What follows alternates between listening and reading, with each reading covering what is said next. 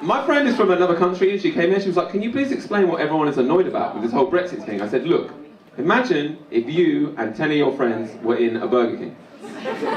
Right? And you said, listen, who wants to leave the Burger King? And 6 people were like, we want to leave the Burger King. And then somebody who didn't want to leave the Burger King was like, I'll get us out of here. I'll have a word with the manager. I'll get us a deal. It's like, do we need a deal? Come on, no, you can't leave without a deal. I'll get a deal. You want to leave? Yeah, I'm going to get us a deal, right? So she goes to talk to the manager. She comes back 2 years later.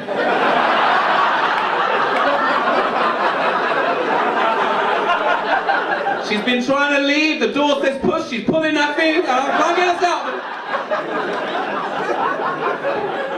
She goes, great news. I've done us a deal to leave. What's the deal? We got to pay the manager £40 million. And then we get to leave. Technically, yes. What do you mean, technically? Well, physically, we'll still be in the Burger King.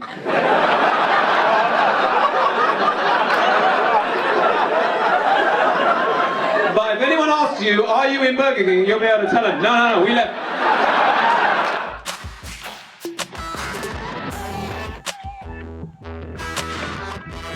Hello and welcome to TRIGGERnometry. I'm Francis Foster. I'm Konstantin Kitten. And this is a show for you if you're bored with people arguing on the internet over subjects they know nothing about. At TRIGGERnometry, we don't pretend to be the experts, we ask the experts. Our guest this week is a brilliant comedian and good friend of ours, Alistair Williams. Welcome to TRIGGERnometry. You're laughing being described as an expert. Yeah, I'm already. not being described as an expert. I'm like, this is going to be bad. Okay, it's the first time.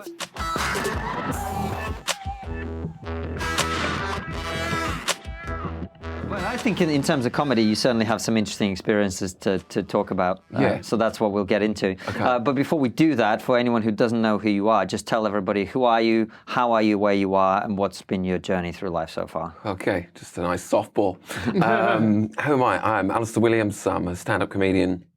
And how am I where I am today? I just went out there to say what was funny, I guess. And now I'm in all sorts of bother, it would have been. Well, I think the thing that most people will know you for is the fact that you made a really good video, a routine about Brexit. Right. And that, I think, it went viral and a lot of people have watched that. And since then, your career has taken an interesting turn, which we'll get into. But what I really like about that video is I thought, first of all, most people who watched it wouldn't know this, but you recorded it in central London at a very liberal comedy club where I would estimate, having played, all three of us have played it many, many times. Yeah. 95% of the audience there are Remainers, I would imagine. And you got an applause break and lots of laughter for what is just a really good comedy bit, right? Well, what people don't know is 1 minute before that, I was doing Remain jokes. 1 minute before that, I was doing second referendum jokes, and the audience went with me on that. Yeah. And then it was just, I was like, okay, well, I'm just going to flip it, and I'm going to do the other side. And they went with me on that as well. But that is the big problem. It's the fact that I went against the grain and did something on the other, that I dared to do it. And it hasn't made any difference that it was funny. It doesn't make any difference that it was popular. It's just like, that's not what comedians say. I've had people call me and they want to talk to me for an hour over, have you realised what you've done? 400-word texts. Alistair, do you realise? I'm like, it blew me away, to be honest, the response. Well, before we get into that, Sorry. let me ask. No, it's great. Let me ask you this in terms of the political stuff, because we've known you for a long time. I remember when I started out in comedy, you'd already been going for quite a while. I remember watching you kind of when I was doing my first gigs, going, oh, this guy's a really good comedian. But you never used to talk about politics in any way. You were never political on stage. Yeah. What was it that made you think, well, I actually want to talk about this stuff? Is that something that you suppressed before because you knew what the punishment would be? Or? No, I figured out what was going on. I was like, this lady isn't trying to get us out of the European Union. She's pretending that she is, but she's not. And it was too funny. What was going on was too funny. I couldn't not touch it. It was like, I was so sure that I was like, she's not trying to leave the European Union. She's just doing the worst deal ever for like 2 years. I'm like, she's not trying. And then the idea of something simple like being in a Burger King and trying to get out and your friends, the idea came to me and I was just like, in my head it was funny and I was just like, oh no, I'm doing that. And actually when I got to Top Secret, Nico, who's the guy who runs the show at Top Secret on a Sunday and a Tuesday, he was like, mate, everyone's bored of Brexit. He was like, don't mention any Brexit stuff. He was like, everyone's bored of it. And I was like, yeah, but that's the point. It's like everyone is sort of bored of it, but they're bored because they're just being told the same thing. They're being told this was happening, and they secretly know that it's not. It's like the Dave Chappelle with the Jussie Smollett thing. Everyone knows. Everyone got a laugh and just like, oh, he said what we all think. Like, there's a laugh to be had just from going against the grain, even if it's, you know, only factual. People are just like, oh my God, he said that. Absolutely. I remember the night before you did it, or the night you did it, we went for a coffee, didn't we? Yeah. Yeah, we went for a coffee. Yeah, you claimed the assist on this one, definitely. Yeah. I remember. Yeah, oh well, that's my career gone as well. Oh, sorry, Hillary Clinton, don't kill Francis as well. Was this before or after the gig? It was before. Oh, before. Yeah. Oh, so you're claiming credit? No, I'm not claiming credit. I'm claiming we started writing together. We started going. We started deciding to come up with ideas together. And the next day, I came up with my favourite bit of comedy I've ever done. Yeah. So I would say that's got lots to do with it. Yeah, and then you went and did it, and then I just thought it was a great bit. I didn't even see it. I'll be honest with you. I didn't even see it as being a pro-Brexit bit. No, I saw it being a bit of pure observational comedy. This is where we are. This is a ridiculousness of the situation. And you go, that is the role of a comedian, to observe and present in a comedic way that we all laugh and go, that's true. Honestly, I think I got in trouble because it's true. I think I got in trouble because it's true. I think I got in trouble because Theresa May wasn't really trying to do a good job to get us out of the European Union.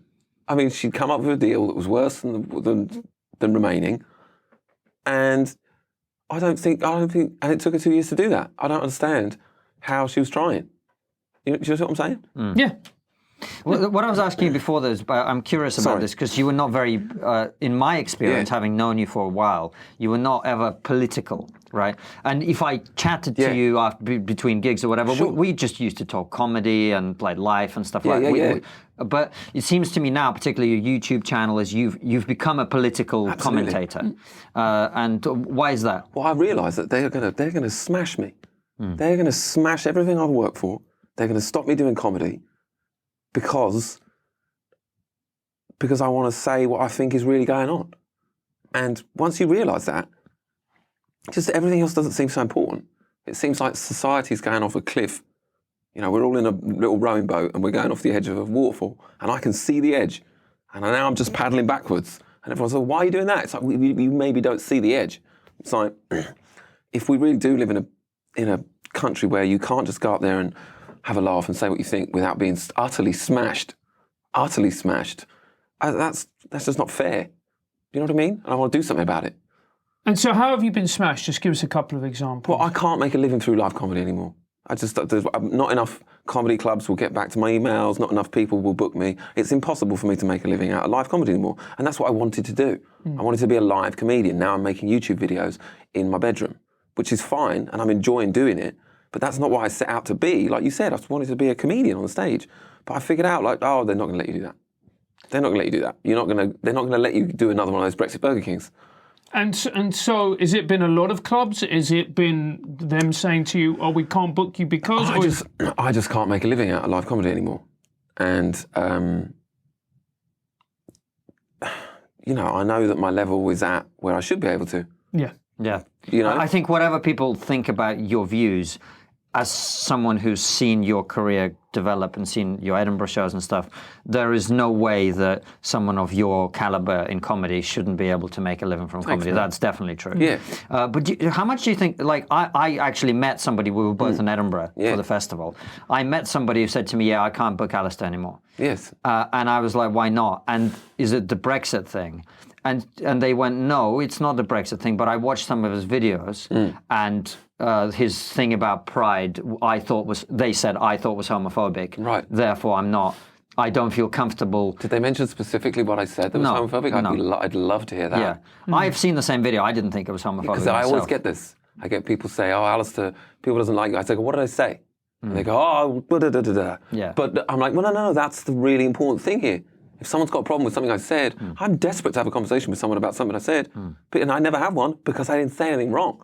All the people after the Brexit thing, they were like, Alistair, you've gone nuts. I'm like, what did I say? They go, no, listen, you've gone crazy. It's like, well, I need to know specifically what I said because I think I haven't said anything wrong. And until someone comes to me and says, no, you said this wrong, then I can't have that conversation because I don't feel like I've said anything wrong. And like, the interesting thing about the pride thing, it's like, we live in a country now where you've got, I watched a video the other day of a lady in a hijab yelling at some gay people saying you should be ashamed of yourself. It's like, hey, all you lefties, you got to pick a side now, okay? You can't have both of them. You can't be on both of those sides. It's impossible. So whichever side you pick in that, in the new society we live in, you've got a choice now, lefties. You can be Islamophobic or you can be homophobic. You go pick. And if someone says, well, Alistair's homophobic, well, maybe I must have picked the homophobic in your eyes. But we live in a society now where you got to pick. You got to pick. Personally, I think we should just go for both. Right. And that's the Russian coming out, ladies. That's the Russian approach, mate. Yeah, that is definitely. But just on that, if you want to talk about that, if you want to talk about what's happening in Birmingham and the schools and the protests, you're going to take some risks there. You're walking on a tightrope if you're going to talk about those two issues. That's like a clash of the titans. Yeah. Someone's got to win, someone's got to lose. So if you're going to talk about it, it's almost just like, if you want to talk about the issues that are really going on, you have to risk people calling you a racist, sexist, homophobe.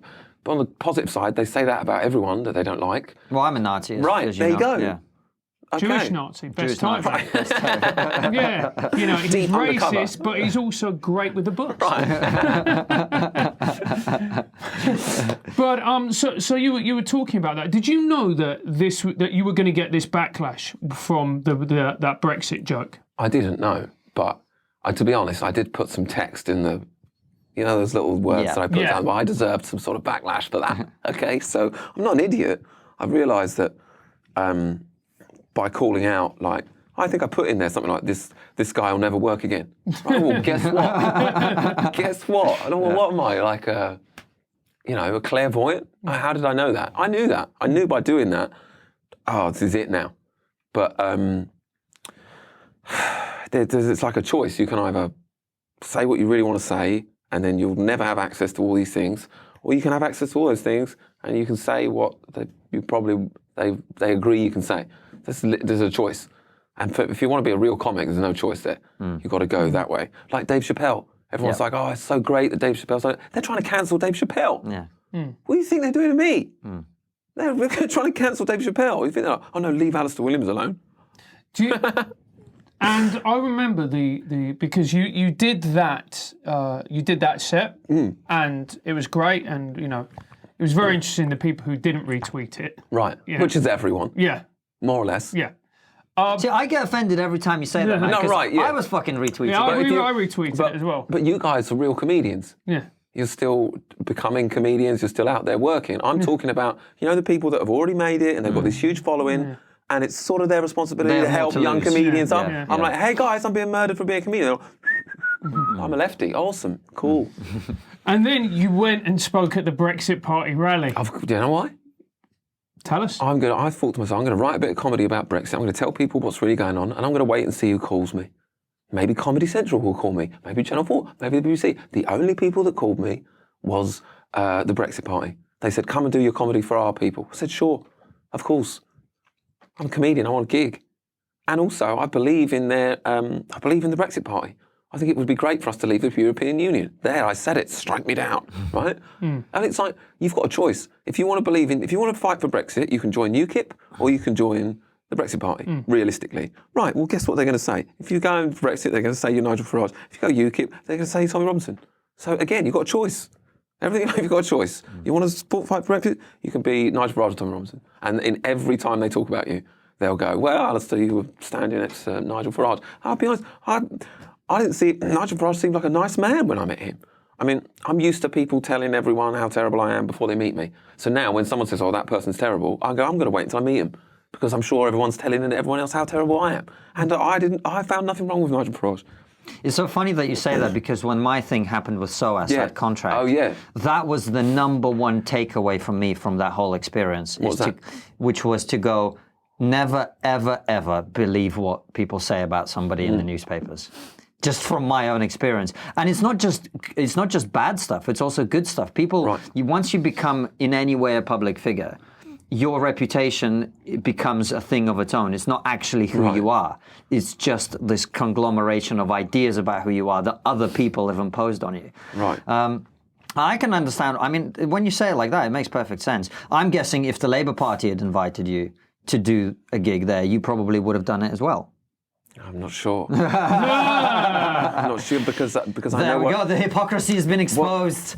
I know what it's like now. When you go and do, and if I was a bit naive when I said yes to the Brexit Party, I know what it's like. What they have you do is you perform your set, and then you sit down on the stage, and then when everyone else gets up to speak, they'll stand right next to you and they'll take photos of you clapping. And it's like when you agree to go up there. I didn't realise this before I did it. You're agreeing to all the politics that's on stage, so you have to be a bit more careful now. I mean, I've recently I've been asked to do another one. And I actually was more sensible about it. I said, like, no, I don't want to just dive into and be a speaker at your conference. But I said, well, how about I come and meet you guys and find out what you stand for, and then maybe I'll be a speaker at your conference. I think that's a smart thing to do if you're going to do a political event. You need to be sure that you're in line with everything the political party stands for. But I was fine doing that with the Brexit Party because I think we've reached a point where it's like we need Brexit to save the country, I believe. So if there's a party that stands for Brexit, number one, and I haven't seen anything else out of the Brexit Party apart from we want Brexit. I haven't seen them say anything bad. I haven't seen them say anything that I would go, ooh, I don't agree with that. All I've seen them say is we want out of the European Union. And I'm fine to sign myself up to, yeah, that's what I believe in too. You know? And how would... I can't believe I'm asking this question. Oh, I'm excited. Yeah. So what was the feedback like when you stood on stage with Nigel Farage at the Brexit Party? Instant. I got my Twitter mentions. Everyone goes, Alistair's a racist. Look at the racist. You know?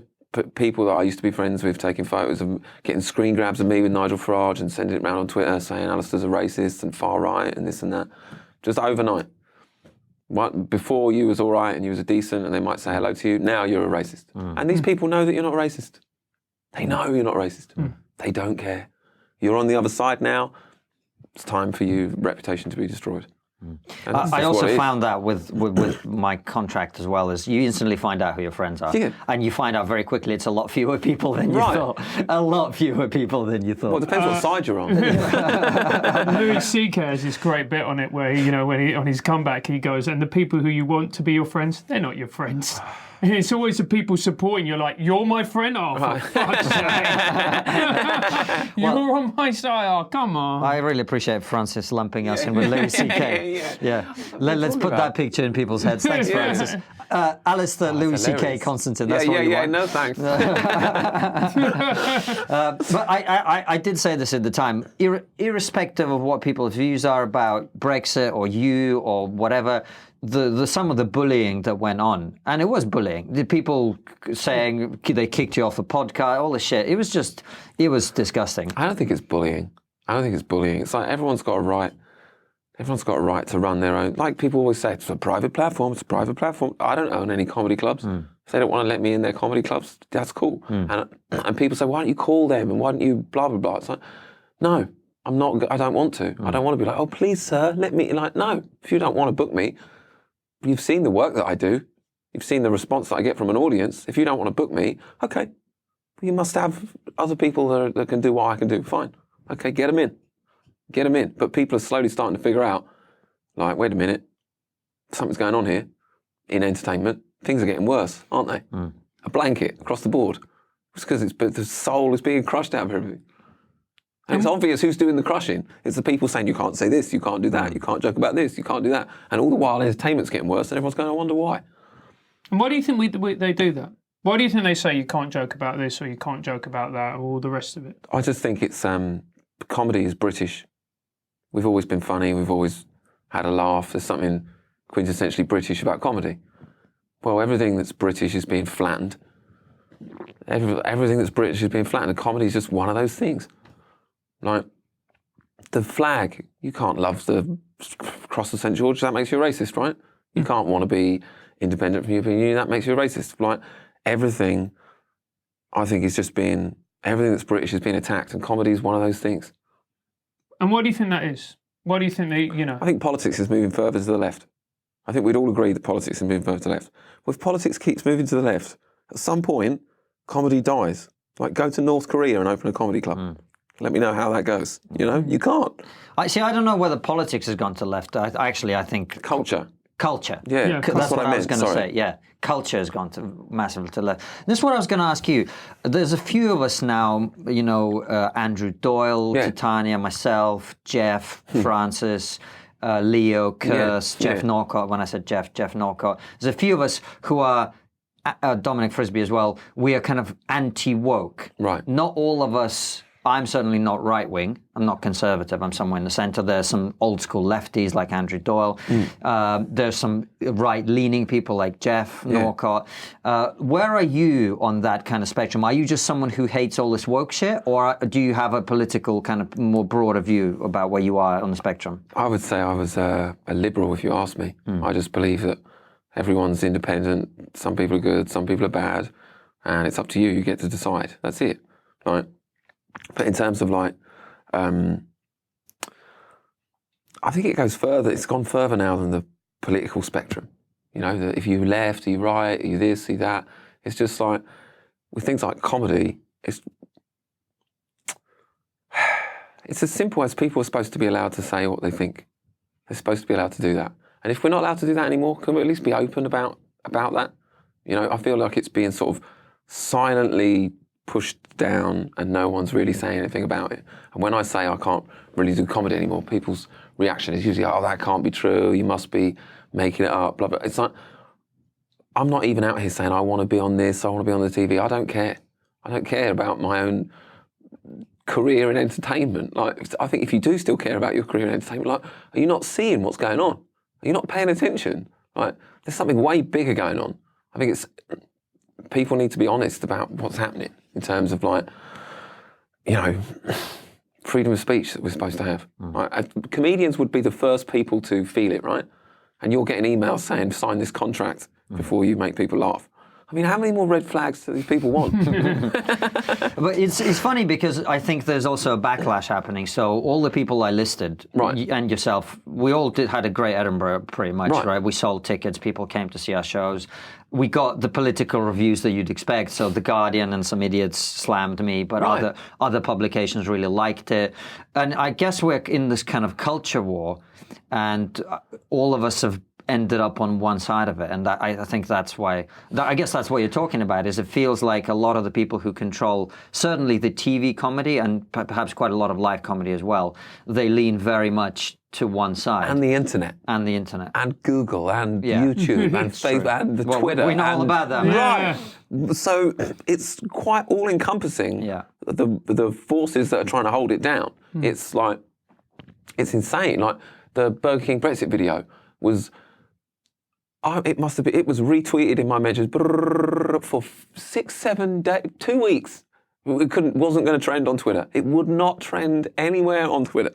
It's like, but if you came up with a Remain, it would be number one, hottest thing ever. Like, the playing field isn't even anywhere, and I feel like people like you and people like Jeff are the people that are winning, that people want. The playing field isn't even.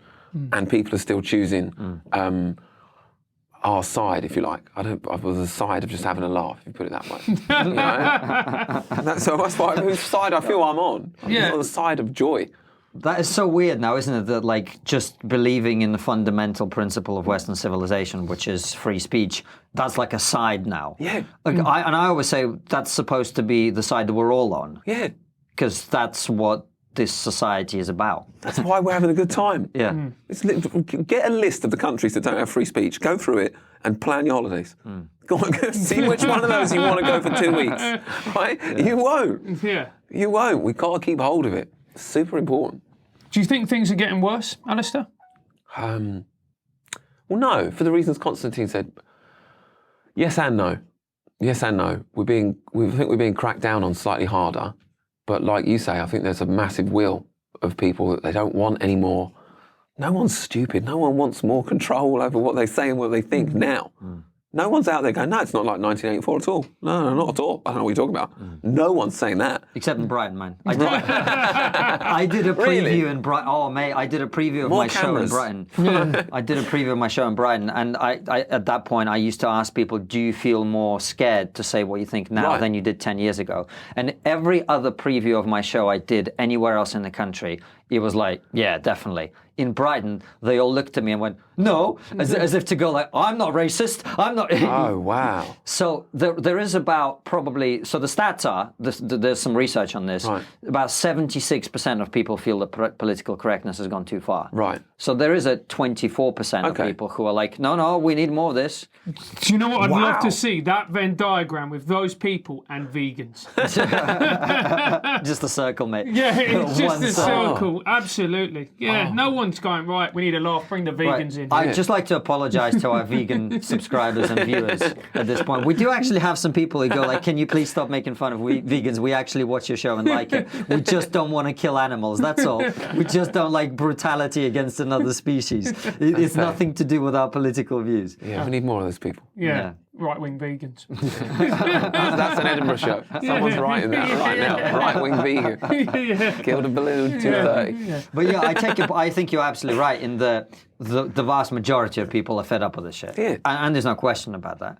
And I think maybe in a way the reality is that, you know, I whenever I talk to people about this, I'm like, well, if you want to be the countercultural comedian who challenges the mainstream narrative, by definition, you're going to take a beating. Yeah. You've taken a beating, I've taken a beating, Francis has taken it. All of us who are challenging the mainstream narrative are getting the lumps kicked out of us because we're doing what comedians are supposed to do. Right.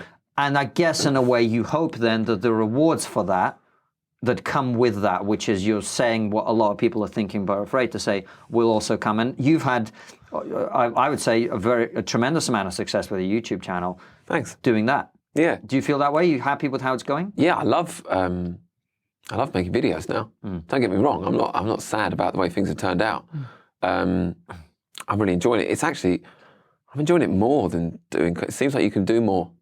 You know, like if you're doing comedy, how many people are in the comedy club? Like a couple of hundred. Well, it's going to take a long time to change the way people think or to have any sort of effect that way, right? What you need to be effective then is for someone to film what you're doing, put it on TV, get it in front of loads of people. Well, you can do all of those things yourself. So if you are a comedian sitting there going, oh, no one's helping me, it's like, what do you need that you can't do yourself? You can, as long as you can find an audience somewhere and you can, I assume you can get a camera and you've got the internet, well then you've got everything you need. So I think the days of comedians saying, oh, I don't have a career because no one let me have one. It's like, you can get one yourself. You just have to go and do it. And like you say, yeah, if you want to go the un-establishment way, it's going to be harder. But it's also quite hard to go on Channel 4 or the BBC and write a programme that's funny. If you think about it, you know, you're going to be on the tram lines, right? Think of a new way to say that Trump's a racist. Go on. Yeah. Right, No, it's all been done, isn't it? Yeah. No, it's completely all been done. And what I find always really, really interesting is how a lot of people and a lot of comedians look up to Bill Burr, or they look up to Chappelle, or, you know, Carlin and all these people. But the moment somebody in the British establishment goes, oh, I don't agree with this, I don't agree with that, that's the moment they all come down on them like a ton of bricks. Right.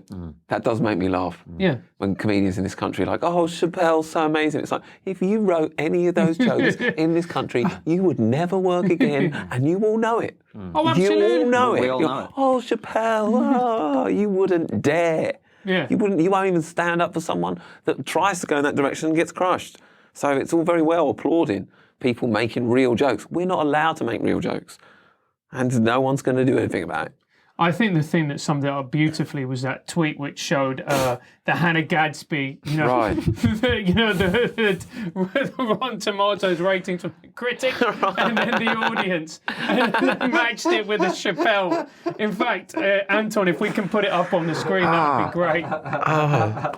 That was so funny. Yeah, and it's just like, it's almost like the people who think that they set, you know, the tastemakers, if you will, are completely disconnected from what the real public want. It's the opposite, isn't it? It's like upside down world. It's like the best type of comedy is ones with no jokes, that are serious, that are about the worst stuff in the world. It's like, you've got all of that wrong. You've got, obviously, like people want comedians that love to do comedy.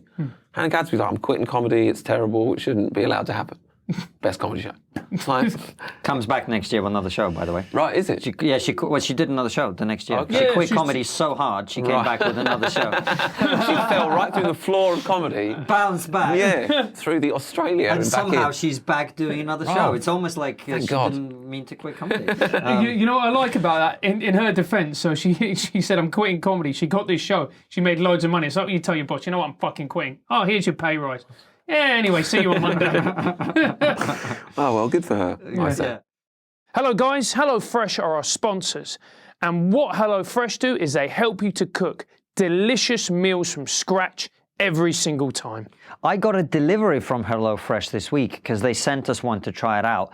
And honestly, I was genuinely quite amazed by how great it was, because I thought it was this like mixture of food that's kind of semi-made, semi-ready. It's a big unhealthy ingredients, stuff like that. It was actually just fresh ingredients that they teach you how to cook and put together. It's all there.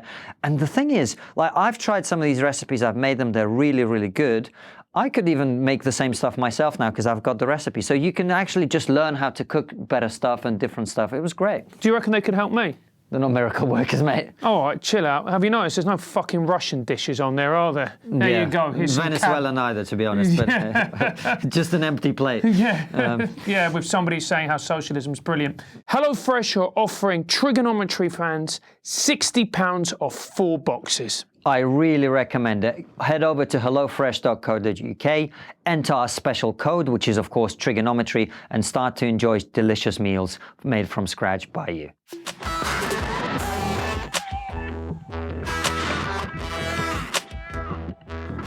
Your YouTube channel's going very well. You're doing great. You're putting some interesting content out.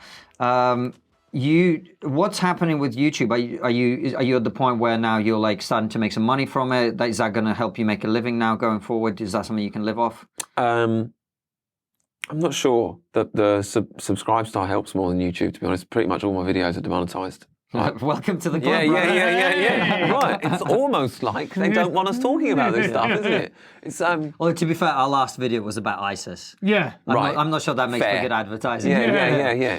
I don't know what it is. It could be the swearing. Do they not like swearing? They love swearing. They love but swearing. This is the thing. I was driving in because I'm a big fan of rap, right? And I was driving in today to do this interview, and I'm listening to this YouTube stuff that my wife is putting on for me because I'm asking her to do it, and it's all like gangster rap. It's like kill him, do this.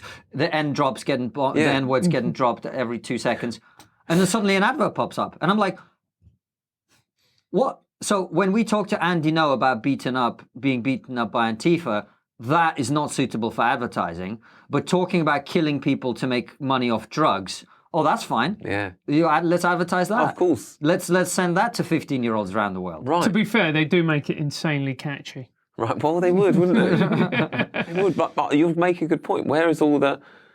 If 10, 15 years ago, if I asked you for people that wrote love songs, you'd give me 60 names. Lionel Richie, Boys to Men, you'd reel them off. Give me 4 now. Give me 5, give me 2. Like Adele, Ed Sheeran, and blah, blah, blah, blah, blah, blah. Right? We've taken away that whole genre and we've replaced it. Most music sounds the same now. It's exactly the same sort of, I've got loads of stuff, I've got loads of things, right? You've got all this, How many times do we have to listen to that song before we get bored of that song? Do you know there's a machine now that can tell whether a song is going to be a hit? Right. It just analyzes the rhythm of it, and that's it. That's all there is. We were talking yesterday about, I played some of Freddie Mercury live at Wembley on, watch the video, watch the audience. Yeah. And look at how they're all in one, they're all sitting having a great time. You watch any concert now, it's like, it's such an obvious example of how life is being downgraded. Yeah. You know what I mean? Like, less fun is being had, guys. Come on. Can we notice now and just sort of turn it around the other way? No, but it is true, especially Instagram. And everything's being filmed for the gram. Everything, you're doing it for the likes. Do you wish you could get off Instagram? Yeah. Right, me too. Yeah. I'd love to throw my phone in a fish tank. See you later. Go back to before we had them. I wish I could get off all social media. The only reason we do social media is our show. That's what I say. Yeah. Well, my career, okay, well, back in line. Do you think social media is actually making us more polarised? It's designed to. By design. And anyone can look this up. The people that created Facebook, Instagram, it's designed to make you isolated, to make you alone, to demoralise you. And it does exactly that. Like Instagram. When you go onto your Instagram and there's an image at the top of your Instagram, right? But there's 1,000 images your Instagram could show you. That's what Instagram wants you to think.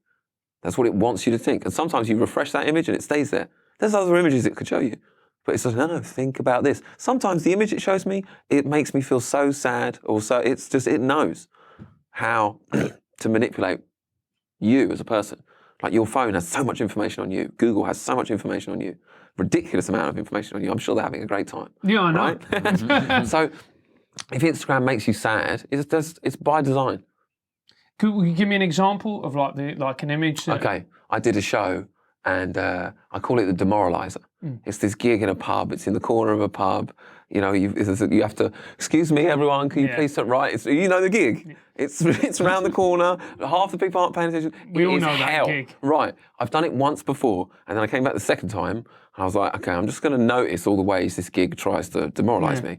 And I go in there, and it's the same as it always is. It's horrible. And I come outside, and I go on my Instagram, and the first image it shows me is another comedian that we all know supporting Bill Burr on tour in a stadium like this. Just at the moment when I was like, oh, what am I doing? It's just like, da-da. And because I knew about the refresh, I refreshed it 8 times, it was still on the front. I was laughing. Just at the end, I was laughing, just like, oh, how do you know? And I went outside, and the other comic, there's 2 comics, he was sitting there like this. I said, I bet you're thinking about quitting comedy. He goes, how do you know that? I'm like, that's the point. That's what this gig is, you know? It's also about what gets clicks, and hate and anger are things that, because of the way our brains evolved and the way our brains are wired, hate, anger, and fear, they are the things that will always attract way more attention than love, than any of the good, positive stuff. But it's like injuries. Sometimes my Instagram shows me injuries. Really? Oh, yeah. Right. Football injuries. Right, or someone who's in hospital with a skin around. I'm like, I don't want to see this. Yeah. And it's like, you know I don't want to see this Instagram. You know who I am. Like, it's stuff like that no one asked for. That's just sort of Trojan horse its way into your life now. And it's so hard to get rid of social media because everyone's got it. And you think, if I don't have it, how will I contact people? Yeah. Now here's a question.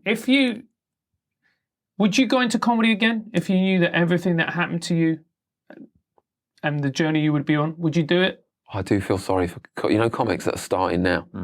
And it's sort of like the circuit itself is so hard to make a living out of now. At least when we started, it was like, oh, well, when I get there, there'll be like nice gigs and there'll be money and I might be able to make a living. If you're starting now, you must be looking at the end post going, I can't even if I win, I can't make this happen. You know, like most of the gigs, some of the gigs that used to be 400 people in London on Friday or Saturday are now 12.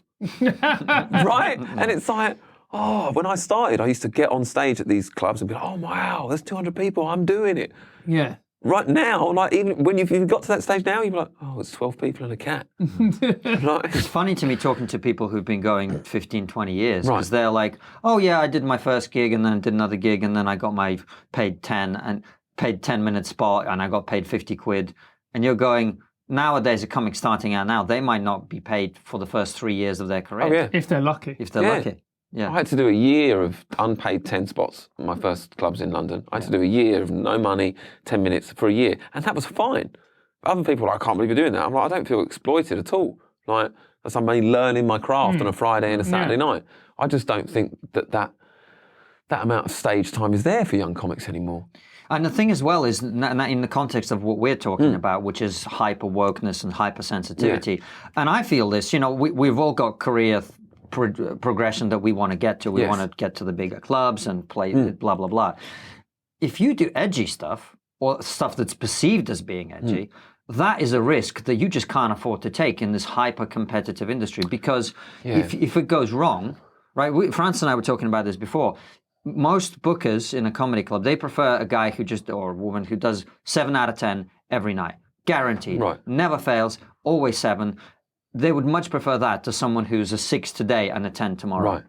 And if you try to take risks with your comedy, which a good comedian should always do, you will sometimes end up being a 6 out of 10 or a 5 out of 10, and you piss people off. How many times do you guys gig with me? Do you reckon? Quite a few, probably, yeah. Yeah. How many times have you seen me not But that's get the a thing, good is you're response? not an edgy but comedian. seriously, ask the question. How many times is it? Have you Never. seen 0, right? Yeah.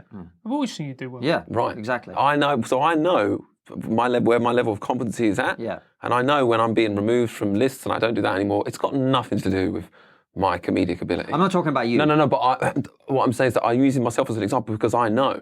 I'm at the shows I've watched, so I know that I'm being removed for reasons that aren't. So I know that it happens to me, so I know it must be happening to a lot of other people. Yeah. So I don't subscribe to the notion that if you're an edgy comic that you're like more risky. Like the people you mentioned, all the names that you mentioned, like yourself, Jeff, I don't see them have bad shows. I don't see it. I see people go, oh wow, something different. This is awesome. Like, you know, they're like, oh, how refreshing. I don't see them, but I see them get more from an audience because they realise like, oh, this guy isn't saying what he's supposed to. You know, people they love it. Yeah. I think. Yeah, I remember one time actually playing in a London club, and I was very new to the time. And I had this bit about why we need Special Olympics for white people, and I really enjoyed doing it. And after the gig, I can already. After the gig, a black police officer came up to me and was like, "Oh, and you got to understand, this is a point where I've been going for like a year and a half. I'm very new." Yeah. And he goes, "Where can I see you for an hour?" And this is ridiculous for someone who's been going that long, right? Oh, I see. Do you know what I mean? Yeah. And so I totally get, there is a certain group of people who really go, oh, that's different, I'll watch that. Right. But in terms of a booker, I do think a lot of people feel like, oh, well, let's not take a risk here. Why would we have someone talking about, a white guy talking about race when we can just have someone talking about the way his wife puts on tights or whatever? You know what I mean? Yeah, I guess so. You don't agree, which is fine. No, I guess so. It's hard to get in the mind. It's hard to get in the mind of the bookers. But if you wanted to change the way comedy worked, that would be the class of people that you would infiltrate, wouldn't it? And you would make sure they all aligned in one political direction, and that the booking was done based on that. I mean, someone should look into it. Maybe there's loads of right-wing comedy bookers. I don't know any, but maybe they're out there. I think the people who dictate lineups inevitably are TV. Right. Because if you get on TV, then all of a sudden you bring cachet to the gig. Right. You bring cachet to the gig, you're more likely to get booked. For instance, there's a whole chain of London clubs where you can only get on if you've done live at the Apollo. Yeah. It's almost like that group of bookers, and so they have to okay you or you can't even get a voice, isn't it? Yeah, absolutely. And they're the ones who have done, and there's lots of comedians, many of them are very, very good. Yes. And they all do exclusively pro-Remain material. Yep. Again, there's nothing wrong with that. No. But to the point where it's just like, this is just one voice. But the reason it's getting weird now is because no one really watches TV anymore. So it doesn't make as much sense as it used to. It used to be, well, you have to be on live at the Apollo or blah, blah, blah, blah. You have to be on the BBC. It's like, no one really watches that anymore. Like, it used to be you went on live at the Apollo and it was like, boom. Oh, yeah, absolutely. Oh, you're all over the place. Bridges. I know comics now who say, oh, yeah, I went on there, I got a few thousand followers, that's it. Like, that's the same now. Like, it's not quite it's still great, but it's not, you know what I mean? It's not quite the same. Yeah, it's being downgraded, all of those things that we used to want. It's all about the internet now, and that's the great thing about it is that people were coming up to me after my show in Edinburgh and going, well, thank God for what you're doing, whatever. And I'm like, well, it's not really that brave when they're saying you're being really brave. It's not really that brave because, 400 years ago, all of us would be burned at the stake. Yes. Right? Now, we've got our own YouTube shows. Do you know what I mean? Yeah. It's not quite as bad a punishment. We're not safe yet, man. Right, I know what you're saying. Yeah. Do you know what I'm saying? Yeah, absolutely. Like, the antagonism that we get from certain quarters in some ways is a benefit. It is a benefit, but I also think as well, it is detrimental to your mental health in that, I'll be honest with you, when I've been doing this show, this is the loneliest I've felt in comedy. Right. That's only because you're sitting next to me. Yeah, it's true. Yeah. I'm feeling it too. By the way, you was talking about being burnt at the stake. I'm disappointed none of us made a gammon joke. But anyway, carry on. We've still got time. Yeah. No, you're probably right. But like I'm telling you, if I'm right about phones and social media being designed to demoralise us, you would feel that maybe it's not just you. Maybe people who work in all kinds of jobs are like, I'm the loneliest I ever feel. Like, how would you know? Like, everything's about mental health. You notice that? It's always like mental health. This was not the way 20 years ago. No one was, having these problems. Like, kids don't play on the street where I live. When I used to go and see my mum, when I was a kid, my mum and dad's house, kids would be playing all over the place. I said to my dad, kids ever play? He goes, no. Like, kids have stopped playing on the streets, guys. Like, there's a real problem with an overall level of, sadness, loneliness. I think there was a statistic like the young people these days, when you ask them how many close friends you got, the average is 0. For close friends, the average is 0. I had like 8, 9, 10 close friends. Like everyone did. Had 8, 9, 10 close friends before we had these phones that connect us to everyone, right? I need to cheer up a bit, don't I? Oh, what a great comedian to have on. Yeah. This has turned into a mental health special. I'm like, thanks to the voice of doom. This is what Alistair shows are always like. Yeah, come, let me cheer you up. Let's be fair, this is what every groom room is like. You know, it's comedians being miserable and depressed. Everybody on the other side is having a great time. Do you just call it a groom room? A groom room. Yeah, that's different. That's more like a BBC green room. Yeah, absolutely. Or certain comedians. Anyway. No, but you know, it's a good point that you're making, in that we have become disconnected. Big time. Yeah, this myth of connectivity and the fact, we're more connected to everybody than we've ever been, but in reality is we're not. I think it was Elon Musk on Joe Rogan when he was saying it's a bandwidth thing. He was saying, we think we communicate with our thumbs now most of the time. Well, there's only so much communicating you can get done with a thumb. There's a very small amount, it's even less than a typewriter. It's less. We think we're communicating more, but really it's less. Like, if I'm talking to my girlfriend or something, and she'll what happened last night on a text? And I'm like, I don't want to text you what happened, because I'll skip all the details and all the stuff, and I'll give you a short version because I can't be bothered. And most of your communication is with people by text, and you go on your WhatsApp and you've got 6 people to get back to, and if you don't get back to one of them, they're going to be mad at you. So it becomes admin, friend, oh God, friends. You know?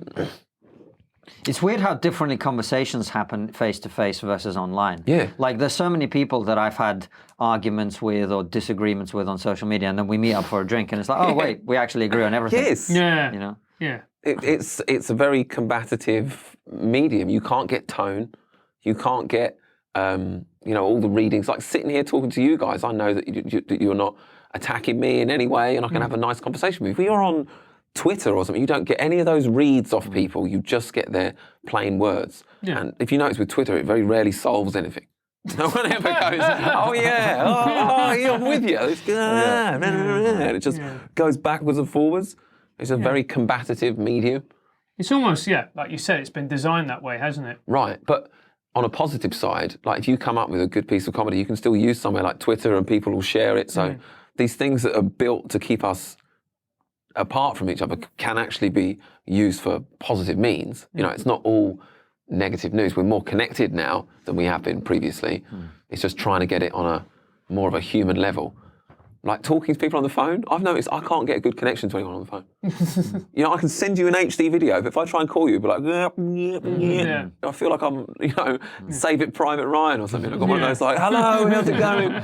Off someone's back. Yeah. So, I can't remember what we were talking about. No, I was going to ask you what your plans are going forward. What do you see your career developing as? Are you going to start doing your own shows to your own audience? Are you sticking with the YouTube for now? I think I'm going to keep doing my shows to my own audience. Like my show, How to Lose Weight and Be Less Racist, I think is a great show. I think I can take that to other countries and places, and people will be interested in that show. And that's my favourite thing to do with comedy, is to research a topic, find out stuff about it, and then try and make it funny so that people will sit through it. Like if you lecture people on what food to eat, they get bored quite quickly. If you can make it amusing, it's a good way of getting information into people. So I still want to do that, but I do a live stream every night about 10 o'clock where we just chat for 2 hours to people on my YouTube, and I enjoy doing that the most, I think. So I think I'm going to turn that into my own sort of nightly podcast, radio show. I don't know. It's not too serious where we just chat about what's going on, but I think that's what I'd like to do. Just have that little part of the internet where you can tune in every night and we just talk about what's going on and try and lift morale, if you know what I mean. Yeah. Like you've done in this interview. Yes, of course, And what do you think is going to be the future of comedy, Alistair? Where do you think it's going to go? Well, hopefully in the Dave Chappelle direction. Hopefully that is the foot in the door of like, no, we're not going down the way where we can't do it. Hopefully that will snowball into everyone gets to do that again, where everyone again gets to go, no, he was clearly lying. Like, hopefully. Juicy small, That is such a funny routine. Oh, it was brilliant to watch, man. It was, and that's what I think comedy needs. People at the top of the pyramid to be like, I got this. I'll take these guys on. Don't you like? People like us aren't going to do it. They'll just crush us like an egg and just keep stomping on. You say that though. I mean, obviously we're nowhere near that level, but you and I'm sure all of us get a lot of messages from people from newer comedians or just other comedians. Some comedians are way ahead of me going, well, I'm really glad you're talking about it because someone should. I'm really glad you're doing this because someone should. I'm sure you get overwhelmingly when comedians meet me in person, it's 99% positive. Yeah. It's usually, keep going. Yeah. Like, I need you publicly. Yeah. I had a lot of that, to be fair. But some people, it's easy for us because it's like that quote I love from Fight Club, which is it's only once you've lost everything that you're free to do anything. It's easy for us because we don't have much to lose. If you've already got a huge career, it's a harder thing to ask someone to do. Yeah, no, I totally understand that. I do totally understand that. Because they've got a mortgage and they've got kids. And look, at the end of the day, everybody's got their own decisions to make. But I know certainly when I was getting a lot of flack, I appreciated some people who I can't name because they didn't want to be public, who were really supportive, big name people. Didn't want, and I asked them, do you want to say something about it publicly? And they were like, I can't. Right, yeah. But they were helpful anyway. And everybody's got their own role to play. It was nice. Everybody's got their own to play, on role to play, their own path to walk. I think people aren't stupid. They look at what was happening to you and they go, well, that ain't good. I should help that guy. You know what I mean? Yeah. Like that, I can see how that would be turned around on me later if I don't help this guy when it's happening to him now. But Jo Brand came out in defence of you. She did. She did. And look what happened to her. Yeah. What happened to her? Did you not follow the whole acid Nigel Farage? Oh, yeah. Yeah. And then and then she got strung up later on. Yeah. And all the same lefties who came out and said that I was a Nazi and all this shit, they were the same ones who were deeply upset about her being... Well, see, I got a problem with... Because around the time she said that, right, I'm being photographed standing next to Nigel Farage and people are sending around photographs of that going, this is who Alistair is. And then I tell on the BBC and she's like, hey, it'd be funny to throw acid at Nigel Farage. I'm like, I'm one step removed from this guy. I don't like that joke. Yeah. That throw battery acid, he. It's like, no. I don't think that's funny at all.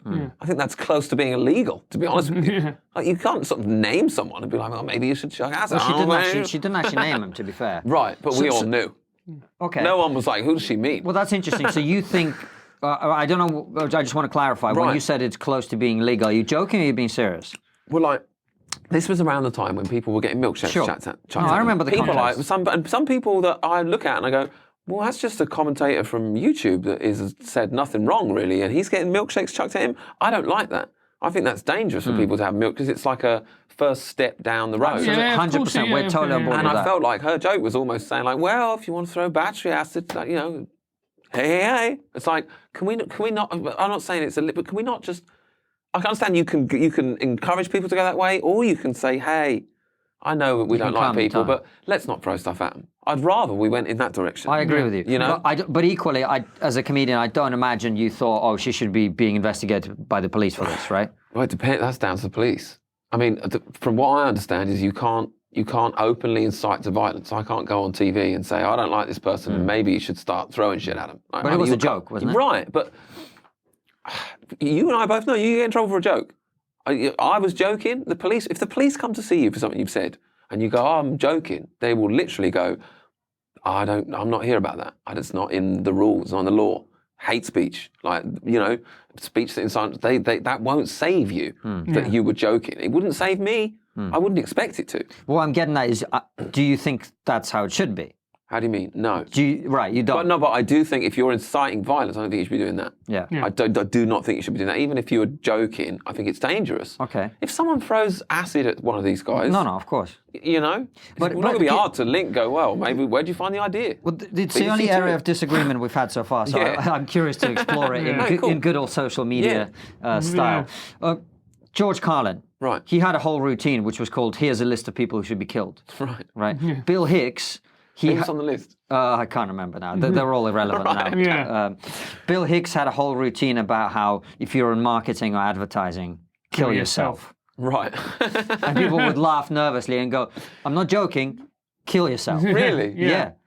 So I think comedians have always joked with these ideas, and I think it's dangerous to go down the path of saying, well, yeah, sure, it's a joke, but we're living in this kind of dangerous situation, therefore. I think comedians need to just, I personally, this is my opinion, is we need to just stand as one whenever anyone comes after anyone who's a comedian for a joke that they told, whatever the joke is, to a large extent. Obviously, if they've gone out and just been overtly racist and stupid, that's a different thing. But I thought it was a bad joke. I thought it was ill-advised in that context. But I defended her because I just think comedians should have the right to play with ideas, even if they make really bad mistakes. Well, everyone's selfish, just I guess because I was in a position where I was being photographed standing next to Nigel Farage, and I felt like we was living in an atmosphere. It's like, let's start throwing more things. I'm like, hey, guess what? I'm not on that bus. Like, for my own personal safety. I'm like, no, please stop her saying that. Maybe that's just me being selfish, but I never thought we'd get in. I'd never thought we'd get in a scenario where it was coming to this level. I thought people would always solve things in a polite discourse kind of way. Does that make sense? Yeah. I never thought we'd be saying like, maybe we should be throwing stuff. It does always seem that it does seem to be going one way, if you know what I mean. The incitements to ramp it up all does seem to be coming from the left. I don't see anyone on the right saying let's ramp things up. Let's start throwing stuff. Does that make sense? Yeah, absolutely. Yeah, absolutely. I think especially in this country, in America, there is some evidence that there are some far-right violent groups as well. Right, yeah. Well, I think in this country there's very little of that from what I've seen. Like Andy Ngo as an example. Well, yeah. It's like, how do you still think you're the good guys? You watch that video, it's like... Well, we've had him on the show. Right, you're obviously... Well, you know then. Yeah. It's like, I don't see the other side to that. I don't see gangs of people from the other side going around, hey, where's someone we can hit? I haven't seen it. If it's happening, I haven't seen it. But it does seem to be coming from the other side. And they're not shy about it. They'll tell you, that's what we're doing. Yeah, we're finding people who disagree with us, and we're going to rough them up. It's like, and you're the anti-fascist. It's like, what? You take that video of Andy being beaten up and you go, okay, there's a tiny little guy here, and then there's a bunch of black-clad people with helmets and bats. Yeah. Let's work out which one of those may be the fascists. Is it the little guy being beaten for being a journalist, or is it the guys who are trying to stop him from reporting on what's happening? But what happens if he's got the wrong ideas? Well, that's the point. It was a Tim Pool video on that I saw where Andy was coming out and saying he was describing Antifa as a terrorist and this and all these horrible names. And Tim Pool was defending me, saying, well, I think that's a little over-exaggerated. I'm like, yeah, because they haven't hit you in the head with a pipe. Like, that's what I mean. That changes your perspective on it. When all of a sudden there's a gang of people attacking you, your perspective changes to, oh, no, this is coming from that side. I've got a brain injury. Like, you know what I mean? Yeah. It starts to become practical. Yeah, it does indeed. Rather than theory. And I think we've actually come to the end now. Yeah, the brain injury bit is a really good ending. Yeah. Oh, yeah. God, I'm such a ray of sunshine. Let's be surprised fair. I'm not on more things. Most comedians have some degree of brain injury, otherwise you wouldn't do it, would you? Really, obviously. Let's be fair. Either physical or mental. Right, but I just have to share my talents with the world, mate. Yes, final question. Final question. What is the one thing that we're not talking All about? right, I'll do the final question from now on, mate. That was just... The amount of times he fucks up the intro. I stumble once, he's like, no, I've got to do it now. I take control of everything. Everything is in charge. Well, why is he doing a Spanish accent? I have no idea. It's like a Jamaican was in the room. Well, you can't say that. I'm a white man doing a Jamaican accent. I'm definitely cancelled. Right. I'm already cancelled. So what is the one thing that we're not talking about as a society that we really should be talking about? Just in general terms, just the general decline of morality. You know what I mean? The general, just overall decline in morality. Like, people don't treat each other as nice or as well or as decently as they used to. And I think it's because, that side of our nature is not being pushed to the front. We've always been told how different we are and how saying this is wrong and saying this. I watched a video yesterday on how saying the word guys is offensive. Like, literally, they're trying to program people like, if you said guys, you're a bad person, you need to go and have a word with yourself. It's like, we can't live in this world. There's too many traps to fall into. Like, And I think the people doing that sort of thing, I think they know that it's wrong. I don't think they're trying to help anymore. I think they're deliberately trying to make everyone feel like they're a bad person, and I don't think you are, especially not if you said the word guys, you know? Well, on that happy note. Sorry. No, it's all good, man. No, it's fine. It's fine. Alistair, thank you so much for coming on. Where can people find you online on all these horrible social media platforms? My YouTube channel, please. It's Alistair Williams, comedian. Or if you want to just search Brexit Burger King, that should find you to me as well, because it's quite difficult to search for me on social media. But yeah, Alistair Williams Comedian YouTube channel is where I'd like you to go. Yeah, and check out Alistair's Twitter as well. As always, follow us on all the social media as well, at TriggerPod. And that's pretty much it. Leave us a nice iTunes review if you can, and we will see you in a week from now with another brilliant episode. Thanks a lot, guys. See you next week. Bye-bye. Guys, just to let you know, my show, Orwell That Ends Well, which I advertised earlier, the Bill Murray, that is now very close to selling out. So we've had to open up another date. I will be doing it again with Francis emceeing it again on the 24th of November. The link's in the description. I'm also coming to Cambridge in November as well, so check that out. Absolutely. Please come down. It's going to be a great show when I'm on. And then when Konstantin's on, you just enjoy the interval. There is no interval, by the way, so it's just me and Francis. We'll see you there. Thanks for watching, guys. As always, subscribe to the YouTube channel. Click the bell button next to the subscribe button so you get notified when a video comes out. And follow us on all the social media at TriggerPod. And also leave us a nice review on iTunes and spread the word.